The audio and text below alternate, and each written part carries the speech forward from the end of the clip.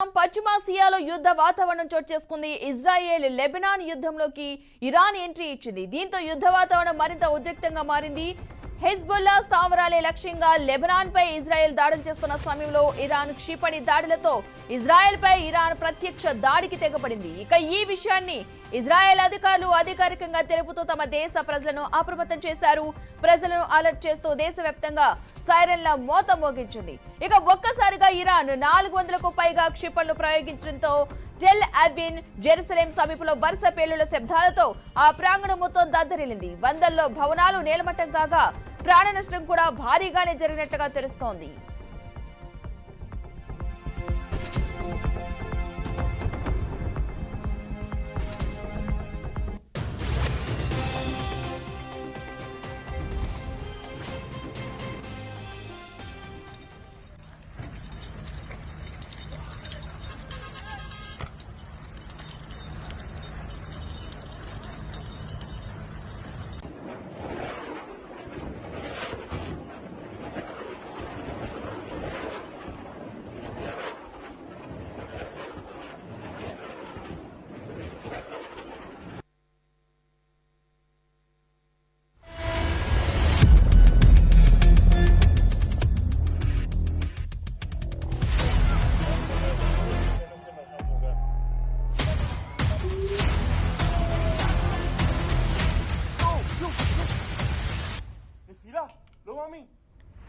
దీంతో దాడితో ఇజ్రాయెల్ రక్షణ వ్యవస్థలు అప్రమత్తమయ్యాయి. ఇరాన్ దాడితో లక్షలాది మంది ఇజ్రాయెల్ వాసులు బంకర్లలోకి వెళ్లి తలదాచుకున్నారు.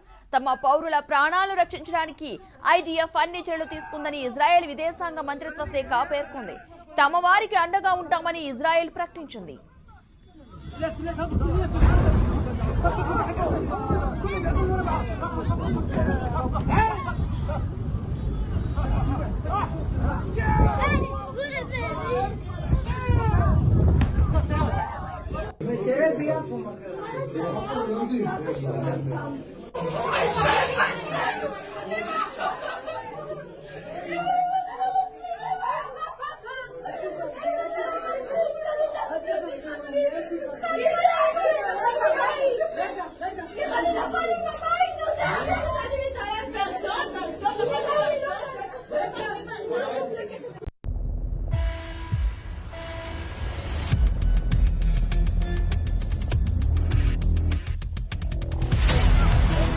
ఇజ్రాయెల్ పై క్షిపణుల ప్రయోగం తర్వాత ఇరాన్ స్పందించింది. హమాస్ అధినేత Ismail Haniyeh, Hezbollah chief Sayyed Hassan Nasrallah నిల్పోరుషన్ మరణానికి ప్రతీకారంగా ఈ దాడులు చేసినట్లుగా అధికారికంగా వెల్లడించింది.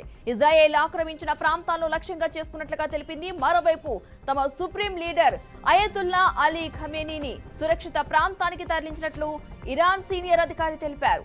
ఈ పరిణామాల నడుమే ఇజ్రాయెల్ రాజధానిలో కాల్పుల కలకలం రేపాయి. ఓ వ్యక్తి తుపాకీతో కాల్పులు జరపగా పలువురు మృతి చెందినట్లుగా సమాచారం.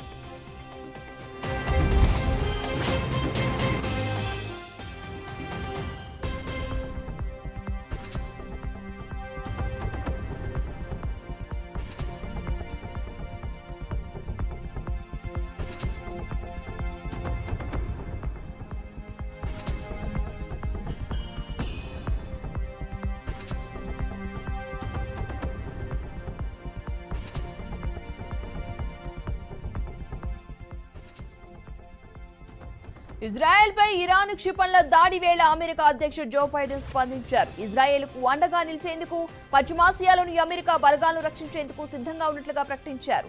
పశ్చిమాసియాలో పరిస్థితులు మరింత దిగజారుతున్న వేళ జాతీయ భద్రతా బృందంతో సమావేశమయ్యారు.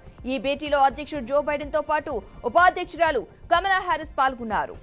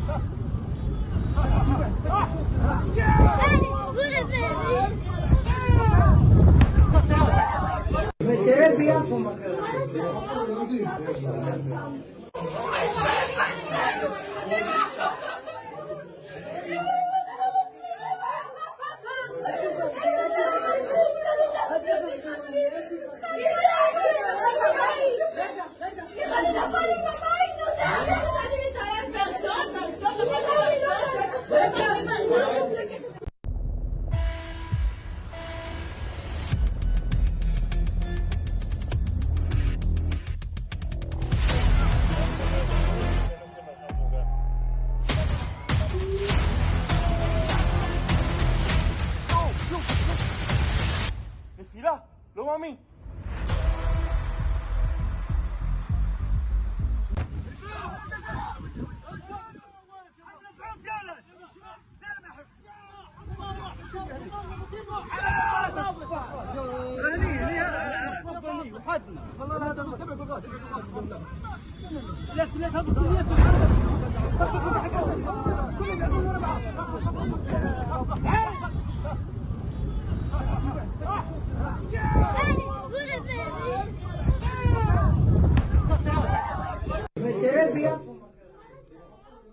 ఇజ్రాయెల్ ఇరాన్ మధ్య ఉద్రిక్తతలు పెరుగుతున్నందున ఇజ్రాయెల్లోని భారతీయులు అప్రమత్తంగా ఉండాలని అక్కడి రాయబార కార్యాలయం సూచించింది.